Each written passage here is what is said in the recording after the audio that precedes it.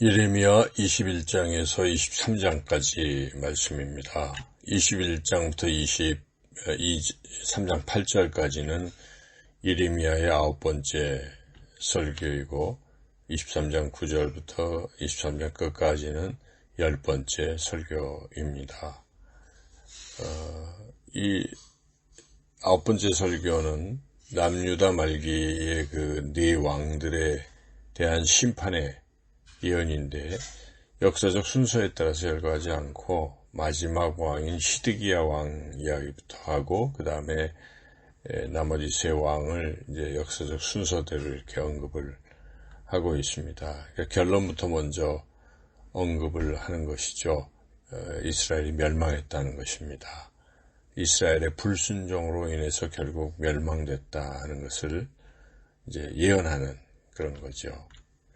그래서 21장 1절에서 10절은 바벨론의 3차 침입 때문에 남유다의 마지막 왕 20대 왕 시드기야가 끌려가고 남유다가 멸망할 것을 예언하고 그 21장 11절에서 22장 9절까지는 그런 심판이 임하지 않도록 왕들은 공평과 정의를 행해야 된다라고 권면합니다. 그리고 이제 22장 10절부터 그들이 그러한 말씀에 불순종했기에 결국 다 멸망하는 것인데 먼저 17대 왕 여호아하스, 그러니까 요시야 왕의 네 번째 아들인데 여호아하스가 이국 땅에 사로잡혀가서 죽게 될 것을 예언합니다. 그리고 그 다음에 이어서 22장 13절에서 23절까지는 18대 왕 여호야김, 요시야의 두 번째 아들이 역시 하나님의 심판을 받아서 비극적 최후를 맞이하게 될 것을 예언합니다. 22장 24절에서 30절은 19대 왕 여호야긴, 여호야김의 아들이죠. 여호야긴에 대한 예언인데 그도 이제 바벨론 포로로 끌려가서 자식을 낳지 못하고 죽게 될 것이다. 그래서 다윗의 위가 끊어질 것을 예언합니다. 그리고 이제 결론적으로 23장 1절에서 8절은 유다 왕국의 회복에 대해서도 예언을 하고 있습니다. 이제 9번째 설교를 자세히 살펴보면 먼저 21장 1절 2절을 보면은 시드기야는 일단 그 거짓 선지자들을 보냅니다. 바스올과 스마야를 예레미야에게 보내서 예레미야가 자기 자신을 위해서 자신의 구원을 위해서 하나님께 기도해달라고 요청하죠. 그러면서 혹시 기도하면 혹시 하나님께서 도와줄지도 모르니 기도해달라는 그런 요청이죠. 하지만 예레미야는 거절하고 시드기야 왕과 남유다는 심판을 받게 될 것이니까 차라리 항복하는 게 좋겠다 이렇게 권유합니다. 왜 예레미야는 시드기야의 그 기도 요청을 거절하고 준엄한 심판을 선포했을까요? 두 가지 정도를 생각해 볼 수 있는데 첫째는 시드기야가 진정한 회개도 하지 않고 그저 구원만 받으려고 그렇게 했기 때문에 그렇다는 것이죠. 우리도 회개 없이 구원만 받으려고 해서는 구원을 받을 수가 없습니다. 회개 없는 구원은 없습니다. 우리 예수님께서도 회개하라 하나님의 나라가 가까워졌다. 회개를 먼저 요청하시죠. 두 번째로 그 기도 요청을 거절한 이유는 확신도 없이 그저 요행수를 기다리는 심정으로 기도를 요청했기 때문입니다. 시드기야는 2절에 보면 혹시라고 이렇게 말을 하지요. 확신을 가지고 구원을 위해서 확실히 기도하면 구원받는다는 확신, 그런 확신이 없는 그런 요청은 거절받은 것이죠. 그러니까 우리가 항상 기도할 때는 확신을 가져야 됩니다. 믿음으로 기도할 때 응답의 역사가 있는 것이죠. 이제 11절에서 14절 끝부분은 예레미야는 심판을 면하기 위해서는 공평과 정의를 먼저 행하라. 그러니까 결국 진정한 회개는 그러한 악행에서 돌이켜서 공평과 정의를 행하는 실질적인 그런 실천이 필요하다는 것을 말하고 있죠. 그래서 진정한 회개가 없으면 결국 구원에 이르지 못한다. 우리도 이 말씀을 통해서 우리가 회개할 때 그냥 말만으로 회개하는 것인가, 정말 가슴을 찢고 진정으로 회개하는가를 돌이켜봐야 합니다. 진정으로 회개할 때 구원과 축복이 임하는 것이고 멸망에 이르지 않게 될 것입니다. 이제 예레미야 22장 말씀에서는 앞에서 말씀드렸지만 계속해서 유다 왕들에 대한 심판, 운명에 대해서 말씀이 이어지고 있는데, 먼저 전체적으로 유다 왕과 백성이 정의와 공의를 행하지 않고 하나님을 버리고 다른 신을 섬겼기 때문에 멸망할 것이라고 이렇게 말씀하시고, 10절부터 이제 각 왕들별로 쭉 그 운명을 말씀하는데, 여호아하스, 그 다음에 여호야김,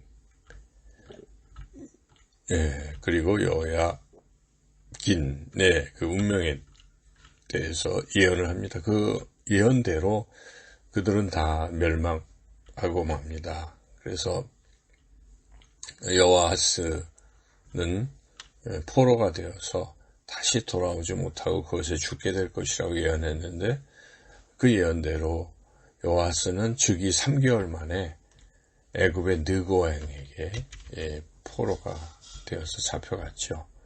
그리고 여호야김의 운명에 대해서도 예언을 하는데, 여호야김도 전쟁에서 죽게 될 것이다 라는 예언인데, 그도 바빌론과의 전쟁에서 패해서 죽임을 당합니다. 그의 아들 여호야긴의 운명에 대해서도 말씀하는데, 그도 이번에는 바벨론 왕 느부갓네살에게 포로로 끌려가서 거기서 죽게 될 것인데, 그 예언대로 여호야긴이 즉위 3개월 만에 포로로 끌려가서 37년 동안 바벨론에서 살다가 죽게 되죠. 그래서 지금 이렇게 여러 마지막 왕들이 차례대로 그러한 운명을 맞이하게 된다라고 경고하고 있습니다. 그들이 패망한 결정적인 이유는 하나님 말씀 듣기를 거절하고 그것이 습관이 되어서 결국은 약한 자들 핍박하고 정의와 공의를 행하지 않고 하나님 버리고 다른 신을 섬겼기 때문에 그렇게 멸망당했다. 그러니까 하나님께서는 죄에 대해서 반드시 심판하시는 분이시다는 걸 우리가 알아야 되죠. 그런데 우리가 죄인이라 우리도 심판받아 마땅하지만 하나님이 또한 은혜를 베풀어 주셔서 독생자 예수 그리스도를 보내주셨기에 예수님을 믿는 자들에게 예수님의 그 십자가 보혈로 용서해 주시고 심판을 면하게 해 주신 것입니다. 이 은혜가 얼마나 큰 것입니까? 우리가 하나님의 은혜, 감사하는 마음으로 그것이 은혜가 사슬이 되어서 우리가 이제는 죄에서 벗어나서 늘 거룩한 길로 다녀야 할 것입니다. 이제 마지막 예레미야 23장 23장의 1절에서 8절까지는 앞부분의 9번째 설교에 속하는데, 거기는 유다의 회복을 약속하시는 그런 말씀을 전하고 있죠. 그래서 하나님께서 유다의 마지막 네 왕들의 그 불의에 대해서 하나님 심판을 하시고, 그러나 그것으로 끝낸 것이 아니라 그런 연후에 새로운 목자들을 세워주셔서, 그래서 다윗에서 한 의로운 가지가 일어나서 그가 왕이 되어서 정의와 공의로 세상을 다스리고 유다는 구원을 얻게 될 것이다. 흩어졌던 유다 백성이 다시 예루살렘으로 돌아가게 될 것이다 하는 회복의 약속을 해 주십니다. 그래서 그 하나님의 약속대로 이스라엘이 범죄하여 바벨론 포로로 끌려갔지만 다시 예루살렘으로 돌아오게 되지요. 그 회복의 주체는 하나님이십니다. 그리고 하나님께서 보내시는 예수 그리스도이십니다. 의로운 가지가 바로 예수 그리스도를 지칭하는 것입니다. 그래서 우리는 예수 그리스도를 믿을 때에 다시 회복의 길로 들어설 수 있습니다. 이제 9절에서 23장 9절부터 10번째 설교가 시작이 되는데, 이 10번째 설교에서는 예언자, 선지자들의 거짓된 예언에 대한 지적을 하시고 하나님의 엄중한 심판이 임할 것을 말씀하십니다. 계속해서 하나님께서는 예레미야를 통해서 거짓 선지자의 예언을 신뢰하지 말라. 그래서 그 예언은 하나님으로부터 온 것이 아니라 자기 스스로 만들어낸 것이다. 백성들은 그 예언을 신뢰하지 말라고 권면합니다. 그리고 예레미야는 계속해서 거짓 선지자들의 꿈, 해몽이 잘못됐다. 그 예언의 신빙성이 없다. 꿈, 해몽의 허구성을 지적합니다. 그리고 또한 그런 거짓 선지자들의 거짓된 예언에 미혹되는 백성들도 준엄한 심판을 면할 수 없다는 것도 말씀합니다. 우리가 이 23장 말씀을 생각하면서 선지자의 역할이 무엇인가? 말씀을 전하는 이들의 역할이 무엇인가? 하나님의 말씀만 바르게 전해야 합니다. 성도들이 듣고 싶어하는 말, 달콤한 말만 만들어서 그렇게 전해서는 안 되는 것입니다. 때로는 말씀을 그대로 전해서 성도들이 자신들의 죄악을 지적하는 말씀을 듣고 그 말씀에 회개하고 돌아서야 된다는 것이죠.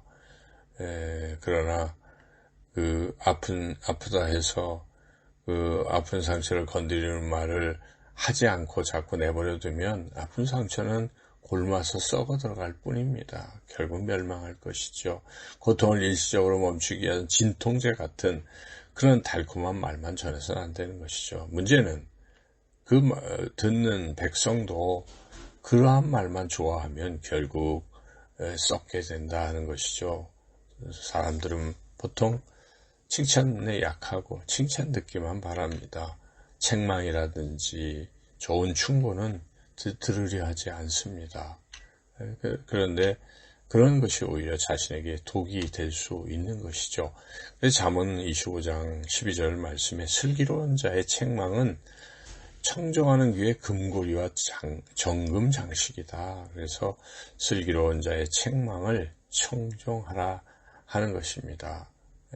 그래서 말세에는 자기들의 배만 섬기고 교활한 말과 아첨하는 말들이 횡행해서 순진한 자들의 마음을 미혹한다라고 그렇게 지적하고 있습니다. 23장 말씀 통해서 이 거짓 선지자들이 돼서는 안 됩니다. 말씀 전하는 이들은 하나님의 말씀만 전해야 됩니다. 백성들의 비위를 맞추는 말만 골라 하려고 한다면 그것은 거짓 선지자에 불과할 것입니다. 하나님의 말씀을 바로 전해야 합니다. 백성들이 때로는 들으려 하지 않고 듣기 싫어할지라도 하나님의 말씀을 전해야 되는 것이죠. 그러면 하나님의 말씀은 좌우의 날선 검보다 예리해 손과 영과 관절과 골수를 찔러 쪼개기까지 할 것입니다. 양심의 잘못된 그런 부분들을 신랄하게 지적할 것입니다. 그 말씀을 듣고 아멘으로 화답하는 사람들이라면 구원의 길로 가게 될 것입니다. 오늘도 하나님의 말씀을 잘 마음에 새기고 말씀 따라 승리하며 살아가시는 저와 여러분 모두가 되시기를 주님의 이름으로 축원합니다.